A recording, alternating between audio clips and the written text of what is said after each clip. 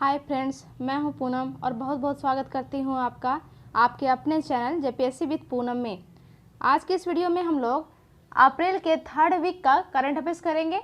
तो चलिए फिर वीडियो को स्टार्ट करते हैं।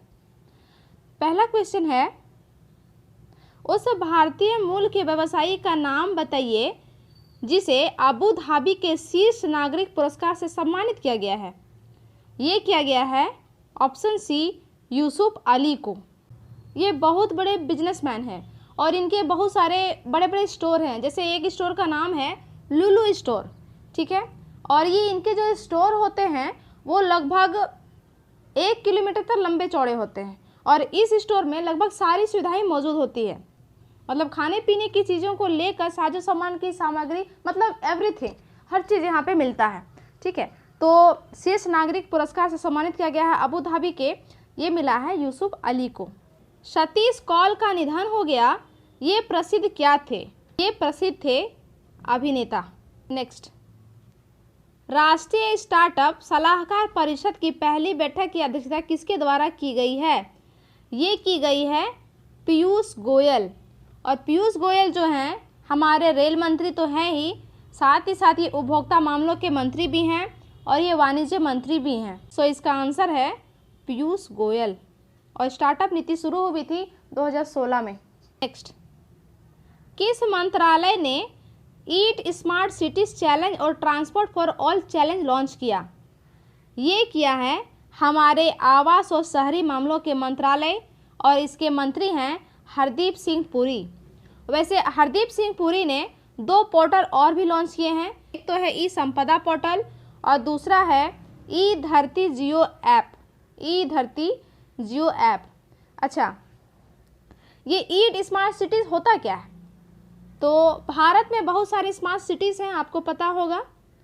तो उन सारे स्मार्ट सिटीज़ में ऐसा पारिस्थितिकी पैदा किया जाएगा जिससे उनका रहन सहन जो है स्मार्ट हो सके, उनका खान पान स्मार्ट हो सके, मतलब पूरी तरह से हेल्दी लाइफ हो, सेफ हो, अच्छा भोजन हो, है ना, और प्रदूषण फ्री पूरा एरिया हो। तो ईट स्मार्ट सिटी का निर्माण किया जा रहा है इस उद्देश्य को ध्यान में रखते हुए। और दूसरा है ट्रांसपोर्ट फॉर ऑल। ये क्या है? ट्रांसपोर्ट फॉर ऑल में हमें ऐसे शहर बनाने हैं जहाँ पे पब्लिक ट्रांसपोर्ट बहुत ही अच्छा हो, मतलब पब्लिक ट्रांसपोर्ट को पूरी तरह से बढ़ावा देना है, ठीक है। और ये किसने किया है? ये क्या है हमारे आवास और शहरी मामलों के मंत्रालय ने। इसके मंत्री हैं हरदीप सिंह पुरी। इन्फोसिस द्वारा किसकी अध्यक्षता में पर्यावरणीय, सामाजिक और शासन समिति बनाई जाएगी? ये बनाई जाएगी ऑप्शन सी, किरण मजुमदार शो की अध्यक्षता में। और किरण मजुमदार शो जो है बायोकॉम कंपनी के चेयरमैन हैं और इन्फोसिस के सीईओ कौन हैं? इनका नाम है Salil Pareek. Salil Pareek. Next, sports Z exchange ने किसको अपना ब्रांड एम्बेसडर नियुक्त किया है? ये क्या है? पृथ्वी शॉ को। मैं उसी पृथ्वी शॉ की बात कर रही हूँ जिन्होंने हाल ही में महाराष्ट्र को विजय हजारे ट्रॉफी जितवाई है, ठीक है। कौन सा देश 23 से 29 नवंबर तक विश्व टेबल टेनिस चैंपियनशिप की मेज़बानी करेगा? ये करेगा ऑप्शन सी, अमेरिका। ये अमेरिका के ह्यूस्टन शहर में आयोजित की जाएगी 23 से 29 नवंबर तक। और अंतर्राष्ट्रीय टेबल टेनिस का हेडक्वार्टर है स्विट्जरलैंड का एक शहर है लोजेन। लोजेन में अंतर्राष्ट्रीय टेबल टेनिस का मुख्यालय है। और इंटरनेशनल टेबल टेनिस का मुख्यालय कहाँ है? ये है लंदन में, ठीक है। अब मैं आपको कुछ टेनिस और टेबल टेनिस के कोई अच्छे खिलाड़ी के नाम बताती हूँ जो आपके एग्जाम पॉइंट ऑफ व्यू से बहुत बहुत इंपॉर्टेंट है। जैसे मैं टेनिस के खिलाड़ी की बात करती हूँ, उसमें अंकिता रैना, करमन कौरथांडी, सुमित नागल और साकेत मैनेनी। और टेबल टेनिस के खिलाड़ी हैं शरद कमल, मनिका बत्रा, सौम्याजीत घोष, पोलोबी घटक और मौमा दास। और ये वही मनिका बत्रा की मैं बात कर रही हूँ जिनको हाल ही में राजीव गांधी खेल रत्न पुरस्कार से सम्मानित किया गया है। वैसे राजीव गांधी खेल रत्न पुरस्कार टोटल 5 खिलाड़ियों को दिया गया है। एक तो है रोहित शर्मा क्रिकेट से, दूसरे हैं विनेश फोगट जो जिनका संबंध है कुश्ती से, फिर है मनिका बत्रा टेबल टेनिस से, है रानी रामपाल जिनका संबंध हॉकी खेल से है, और एक है मरियप्पन थंगाबेलू, ये पैरा एथलेटिक्स हैं और ये ऊंची कूद करते हैं। इन 5 लोगों को राजीव गांधी खेल रत्न पुरस्कार 2020 मिला। और राजीव गांधी खेल रत्न पुरस्कार में आप ये भी याद रखिए कि इसे 25 लाख रुपए की राशि प्रदान की जाती है। और अर्जुन पुरस्कार की बात करूं तो अर्जुन पुरस्कार में 15 लाख रुपए की राशि दी जाती है। द्रोणाचार्य पुरस्कार लाइफ टाइम श्रेणी में 15 लाख रुपया दिया जाता है और द्रोणाचार्य पुरस्कार नियमित श्रेणी में 10 लाख रुपया दिया जाता है। और ध्यानचंद पुरस्कार में 5 लाख रुपए की राशि प्रदान की जाती है। इसको भी आप याद रखिएगा। Next, reserve bank of India RBI ने किसकी अध्यक्षता में रेगुलेशन रिव्यू अथॉरिटी के गठन का फैसला किया है? ये किया है एम राजेश्वर राव की अध्यक्षता में। और एम राजेश्वर राव जो हैं आरबीआई के 4 डिप्टी गवर्नर होते हैं, उनमें से ये एक है। ठीक है। और आरबीआई ने हाल ही में 2 लेटेस्ट कमेटी बैठाई है। एक तो है जयंत कुमार दास कमेटी और दूसरा है श्यामल गोपीनाथ कमेटी। जयंत कुमार दास कमेटी में इसका संबंध है डिजिटल उधार लेने से जो भी जोखिम होती है ये उसकी समीक्षा करेगी जयंत कुमार दास समिति। और श्यामल गोपीनाथ समिति जो है ये समीक्षा करेगी कि अगर आप कोई भी लघु वित्त बैंक खोलना चाहते हैं या फिर कोई यूनिवर्सल बैंक खोलना चाहते हैं तो उसके लिए आप एप्लीकेशन देते हो तो वो उस एप्लीकेशन पत्र की जांच करेगी। ये है श्यामल गोपीनाथ कमेटी। आरबीआई बना है 1935 में और आरबीआई का राष्ट्रीयकरण हुआ है सन 1949 ईस्वी में। और आरबीआई के अभी गवर्नर हैं शक्तिकांत दास, ये 25वें नंबर के गवर्नर हैं। इसको भी आप याद रखिए। नेक्स्ट, विजडन का best cricketer of the year किसको चुना गया है? ये चुना गया है ऑप्शन बी बेन स्टोक्स को। बेन स्टोक्स को। और महिला में best cricketer of the year चुना गया है, इनका नाम है बेथ मुनी। बेथ मुनी और ये ऑस्ट्रेलिया देश से हैं। और किरोन पोलार्ड को T20 cricketer of the year नामित किया गया है। इसको भी आप याद रखिए। ठीक है। नेक्स्ट, विश्व कला दिवस कब मनाया जाता है? ये मनाया जाता है 15 अप्रैल को। ठीक है। और ये पहली बार मनाया गया था 2012 ईस्वी में। और 15 अप्रैल को जन्मदिन होता है लियोनार्डो दा विंची का। इसी के उपलक्ष्य में ये सेलिब्रेशन किया जाता है विश्व कला दिवस। और लियोनार्डो दा विंची बहुत बड़े चित्रकार थे और इनकी 2 पेंटिंग बहुत ही फेमस है। एक तो है मोनालिसा, दूसरा है the last supper. The last supper. और ये इटली के रहने वाले थे। नेक्स्ट, केंद्रीय कृषि मंत्रालय ने किसानों की मदद के लिए 6 राज्यों के कितने गांवों में प्रायोगिक कार्यक्रम चलाने के लिए माइक्रोसॉफ्ट के साथ समझौता किया है? ये है 100 गांव। शायद मैंने मिस्टेक से 200 लिख दिया था। ये है 100 गांवों में प्रायोगिक कार्यक्रम चलाया जाएगा। और ये 6 राज्य कौन कौन से हैं? ये 6 राज्य हैं यूपी, एमपी, गुजरात, हरियाणा और आंध्र प्रदेश और राजस्थान। यूपी, एमपी, गुजरात, हरियाणा, राजस्थान और आंध्र प्रदेश। अच्छा, लेकिन इसमें माइक्रोसॉफ्ट क्या मदद करेगा? तो माइक्रोसॉफ्ट किसानों को ये सिखाएगा कि वे अपना इनकम कैसे बढ़ा सकते हैं, अपना फसल प्रबंधन कैसे कर सकते हैं, अपने फसल को इंसेक्ट से बचा कैसे सकते हैं। ठीक है। ये सभी सारी चीज़ें जो है माइक्रोसॉफ्ट सिखाएगा किसानों को। और इस कार्यक्रम को चलाने का उद्देश्य है किसानों की आय को बढ़ाना और लागत को कम करना। वैसे माइक्रोसॉफ्ट के सीईओ हैं सत्या नडेला और हमारे कृषि मंत्री हैं नरेंद्र सिंह तोमर। नरेंद्र सिंह तोमर।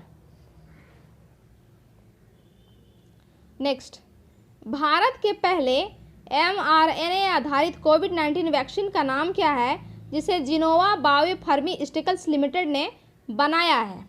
इसका नाम है HCCO19। Very very important question है HCCO19। अब सवाल ये है कि mRNA दवाइयाँ होती क्या है? तो मैं आपको बता दूं कि हमारी बॉडी में DNA होता है। ठीक है।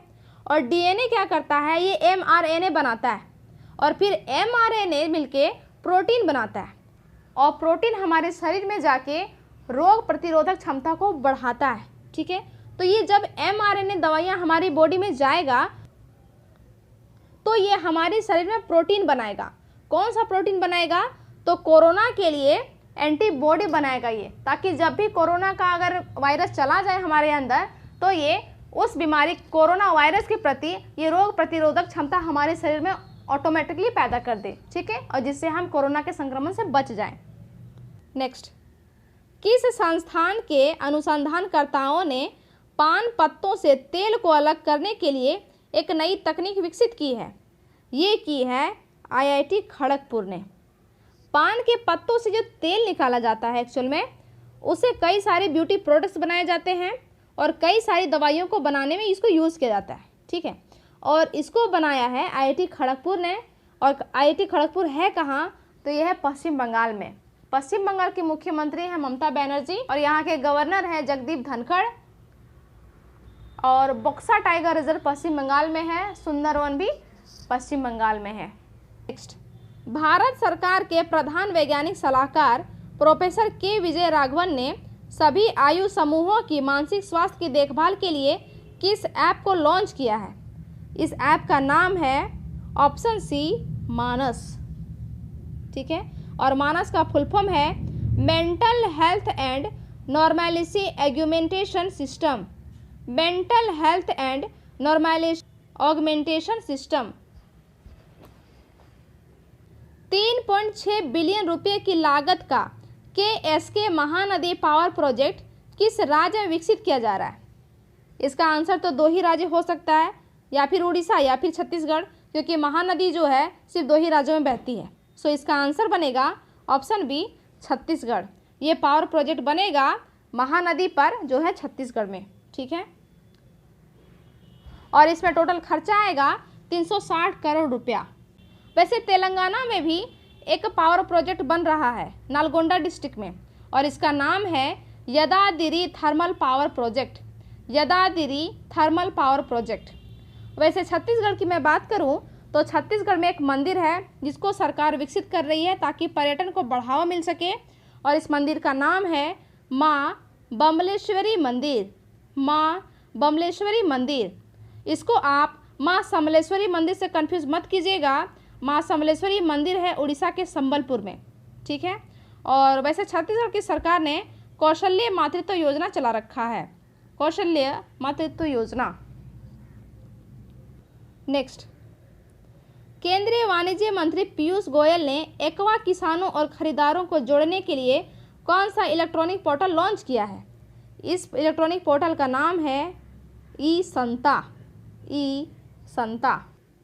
नेक्स्ट, RBI ने किसकी अध्यक्षता में एसेट रिकंस्ट्रक्शन कंपनियों के कामकाज की समीक्षा के लिए एक समिति का गठन किया है? इसके चेयरमैन हैं सुदर्शन सेन। सुदर्शन सेन। और ये सुदर्शन सेन जो हैं ये RBI के पूर्व कार्यकारी निदेशक रह चुके हैं, ठीक है। और RBI ने 2 कमेटी बैठाई है, एक तो है जयंत कुमार दास कमेटी, दूसरा है Shyamal Gopinath committee. World liver day कब मनाया जाता है? ये मनाया जाता है 19 अप्रैल को। 19 अप्रैल। वेंकट सुब्बैया जिनका हाल ही में निधन हो गया है ये प्रसिद्ध क्या थे? ये प्रसिद्ध थे लेक्सिकोग्राफर। लेक्सिकोग्राफर उसे बोलते हैं जो डिक्शनरी बनाते हैं और ये कन्नड़ भाषा के लेक्सिकोग्राफर थे। इन्होंने टोटल 12 डिक्शनरी बनाई थी। 12 डिक्शनरी। और इनको पद्मश्री सम्मान से भी नवाजा गया था।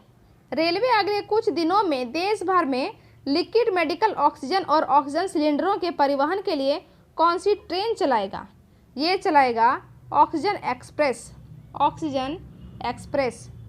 और रेलवे के चेयरमैन और CEO दोनों एक ही हैं। इनका नाम है सुनीत शर्मा। सुनीत शर्मा।